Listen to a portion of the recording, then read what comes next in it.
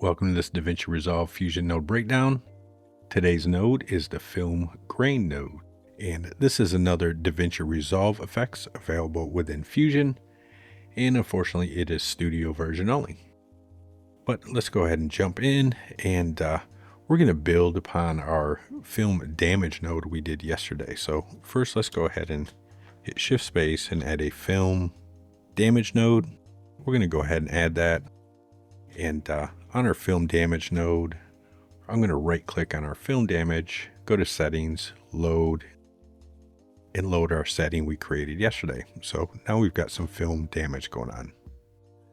Now to make this a little more realistic, we want to add a little film grain. So after our film damage, we can hit Shift Space, film grain, and there are two nodes. The film grain with the FGR behind it is the Fusion node, and the film grain with nothing behind it is the DaVinci Resolve effect.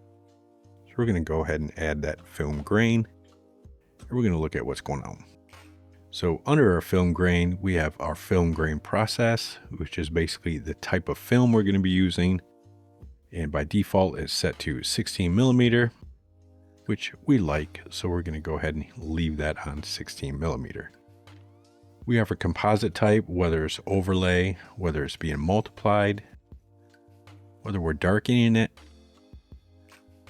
lightening it, lightening it, screen, subtracting,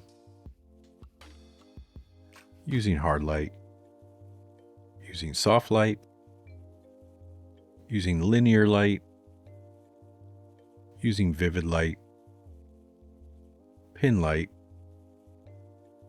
or custom. And I'm going to go ahead and use linear. And under our composite type, we have opacity. So how opaque our noise is on our film.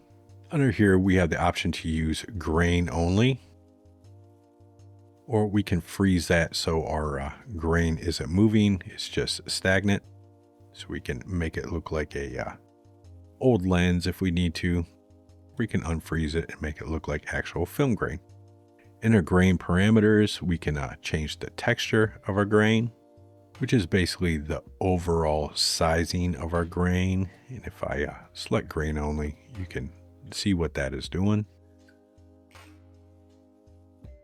We can change our grain size, which actually changes the size.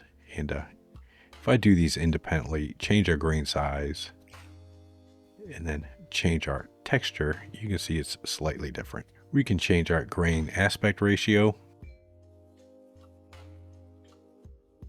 the strength of our grain,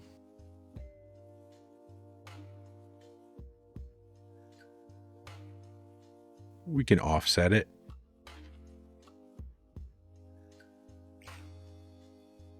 we can change the symmetry of it,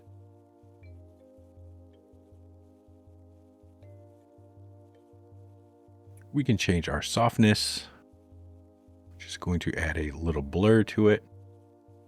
We can change how saturated it is.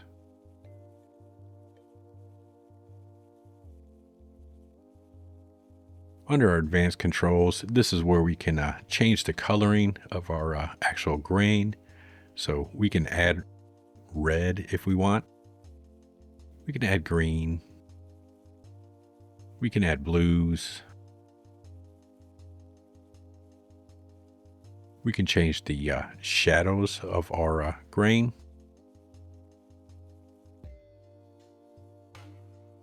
We can change our midtones. And now mind you, all this is going to be dependent on how we are compositing this. And I've got it set on linear light. So if I just select overlay, you can see how our shadows and midtones are a little different than it is within our linear light. And we can change our highlights. In our two check boxes we have down here, we have optimize mode, which is going to improve your playback. If you're on a slower computer, if you select optimize mode, it's going to play back a little faster. And for animate on refresh,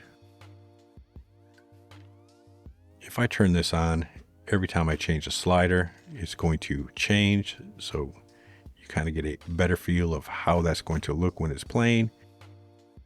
But if you turn it off, you see we can't see our noise move. And as far as placing it, it's up to you for your look. If you want your film grain after your film damage, or your film grain first and then film damage.